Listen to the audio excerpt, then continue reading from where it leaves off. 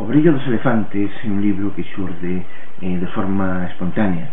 Foi escrito logo dunha viaxe que realicei a Centroamérica nunhas circunstancias difíciles. Acababa de producirse o furacán Mitch e vivía Centroamérica momentos dramáticos, e a miña volta non tanto pola catástrofe que acababa de suceder, sino pola ollada cara a cotidianidade naquela zona. Sentí unha chamada